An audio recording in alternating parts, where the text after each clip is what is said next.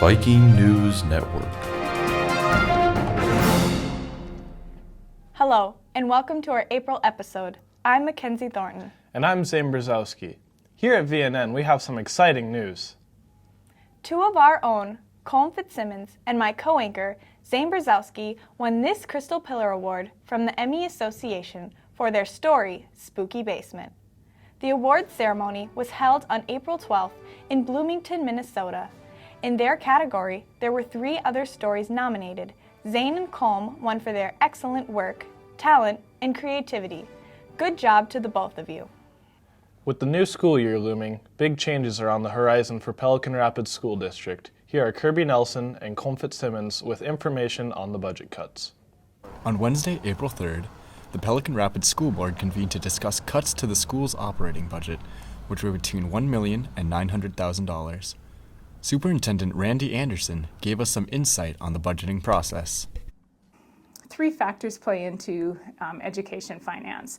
First factor is majority of your funds are from your student enrollment. So Pelican Rapids has been in a declining enrollment.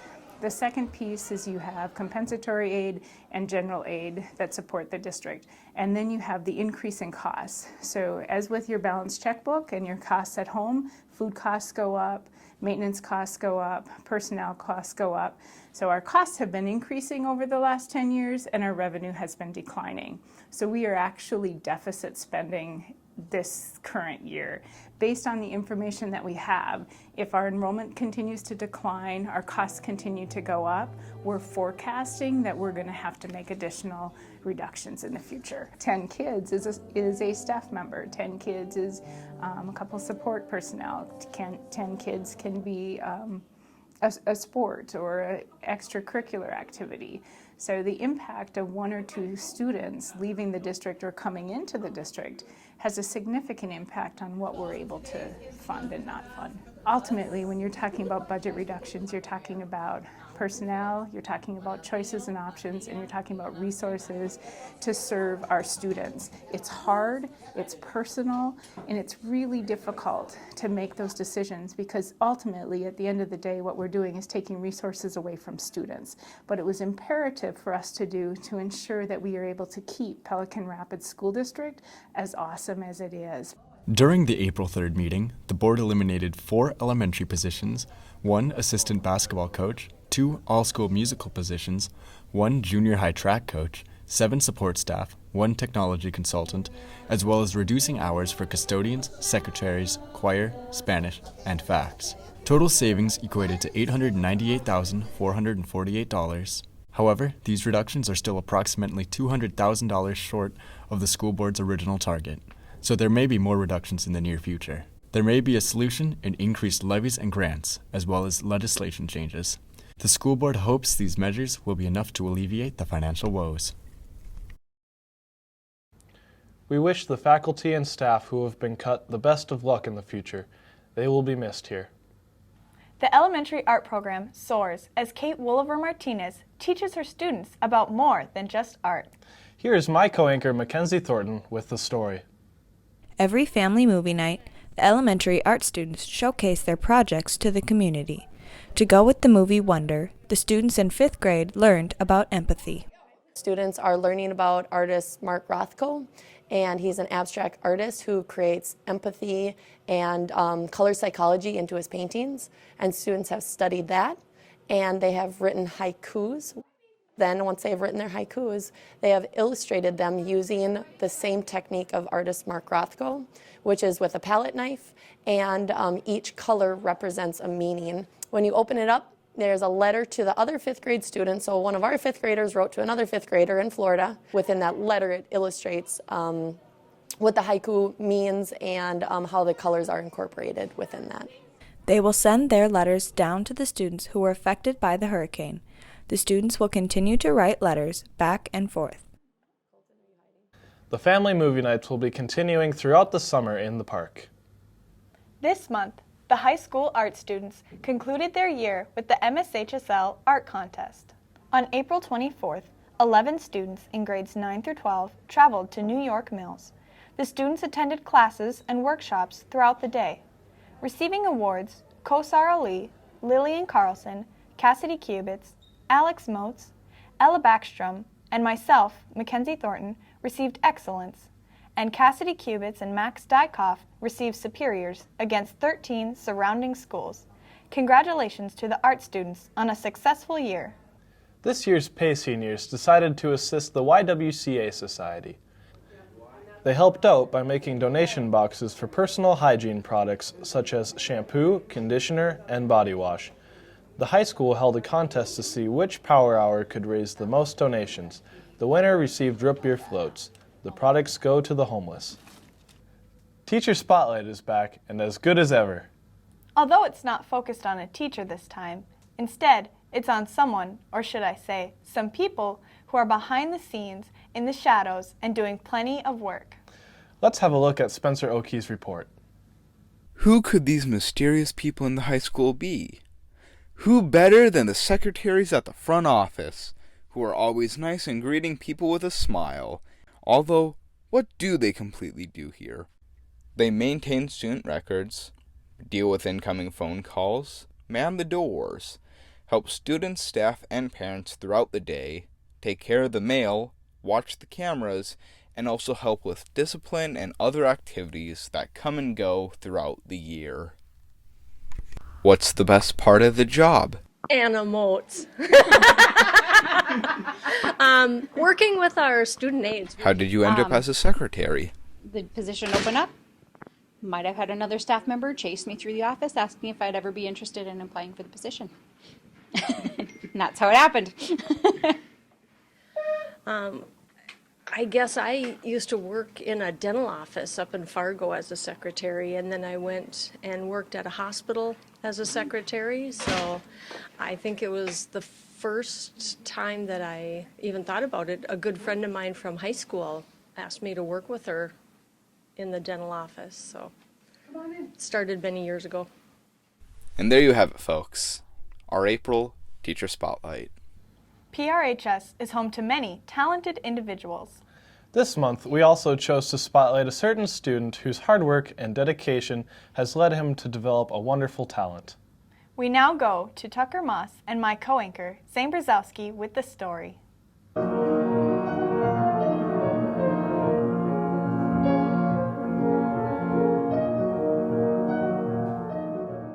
When Gavin Howgard first started taking piano lessons in 9th grade, he knew he had found a hobby that would be a part of his life forever and lead him into many great opportunities. I've been playing piano off and on now for 10 years, and it was more of a focus right away when I was younger, probably 9 or so years ago. And then for about 2 years, I actually took sort of a break and then came full swing back into it, and here we are now.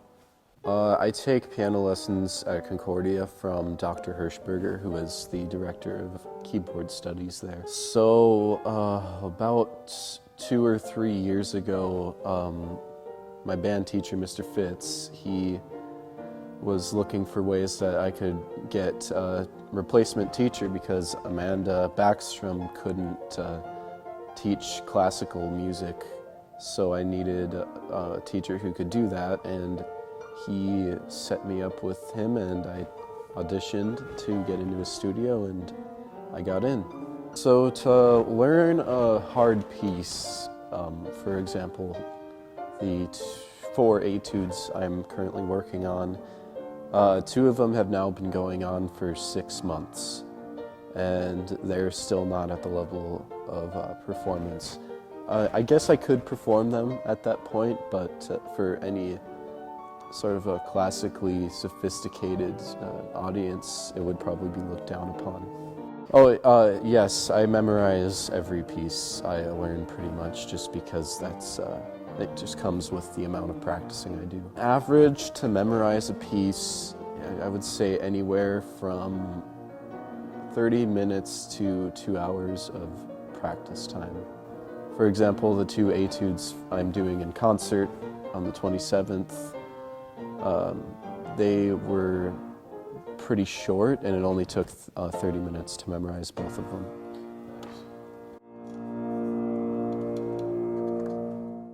Gavin has been a wonderful student and we wish him the best of luck in his future endeavors.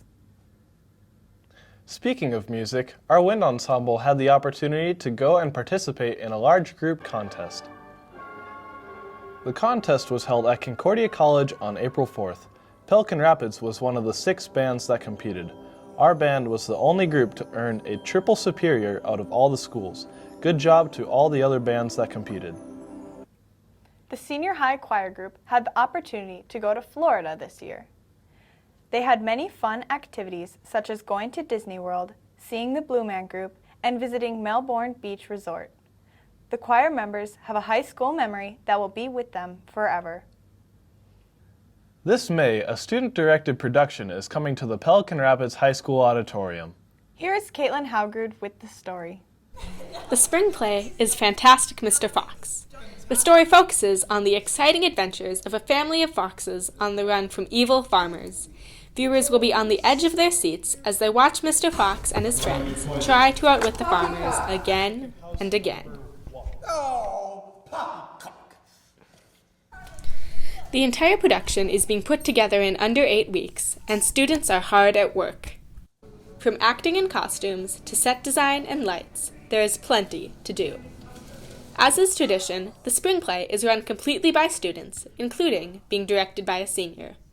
This year, Colm Fitzsimmons takes the lead under the advisement of Miss Anderson and Miss Mooney. Miss Mooney first approached me with it back in January, and I was like, sure, yeah, it sounds like a fun new experience.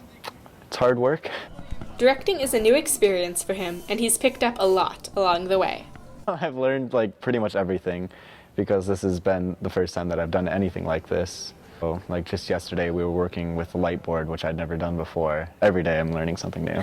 For him, it's about more than just directing. I like stepping back and seeing what the actors are capable of creating and stuff. And it's really, every practice just kind of fills me with joy a little bit, seeing how people are able to come together from all these different walks of life and create something. I'm just there to watch and help them out a little bit. The title role of Mr. Fox is played by Zane Brzezowski. I'm really excited for this play. I think Mr. Fox is a great story and a great movie. I'd say my favorite part about being in the plays is the camaraderie and getting together to achieve a common goal of putting on a good show. After years of experience in the theater, Zane shares some secrets about the productions. Even after having a lot of experience in doing plays, I still get just as nervous as I did the first time I ever walked on the stage. We will be wishing the cast well as their performance draws nearer. Fantastic Mr. Fox will be performed on Saturday, May 11th at 7 p.m. and on Sunday, May 12th at 2 p.m. in the Fine Arts Auditorium. There are many strange and forgotten words in the English language. Now we go to Tucker Moss and my co-anchor, Zane Brzezowski, seeking anyone who can guess the meaning of octothorpe. 8 legs, I don't know. God, I don't know. I don't know. Something with 8, the number 8 in it, I don't know. I don't know. I don't know, it sounds like it's English, from England. I don't know. It sounds like something with an octopus is what first thing that comes to my brain. What do you think the word octothorpe means? Yeah, I've heard that word a lot. I've heard it a lot in the streets. It just means a person swag, when you're walking around, you're all hey, that guy, he's octothorpe, dude, He's in the top, you know what I'm saying? So yeah. Octothorpe. Octothorpe. Oct, 8, sounds like German. I don't know. Thorpe sounds like corp. Octothorpe. It sounds fancy. Sounds like something bad, something happened to you and it just, I don't know. Like a study or something? Guessing it has to do something with an octopus. A number? I feel like it's something in the sea. Might have to be probably moving or shifting. That's what I get from it. Can you give me a hint? Nothing? Sounds like a dinosaur. Yeah? Yeah. Is it like a different word for octopus? Sounds like an animal. What? It sounds like an octopus, you know, like a fish. I think that's it. I don't know. The word octothorpe is actually another term for the hashtag symbol and or pound sign, hashtag knowledge, hashtag octothorpe. Hashtag, that was a good story. Hashtag, yeah, it was. The end of April marked an exciting time for schools, readers, and book club. On April 27th, students traveled to Teen LitCon at Henry Sibley High School in Mendota Heights. Teen LitCon, which was funded by Minnesota's Arts and Cultural Heritage Fund, gave students a chance to celebrate reading and promotes writing. Students took part in book-themed crafts and activities. However, the highlight for many was hearing well-known authors speak and having the opportunity to get their books signed by them. This year, featured authors included Becky Albertalli and Tommy Adeyemi. It's so exciting that you two actually won this Crystal Pillar. That was such a great story. Thanks. There was a lot of great stories in this episode too, and we have many more to make. Thanks for watching, and tune in at the end of May to see our final episode of the school year.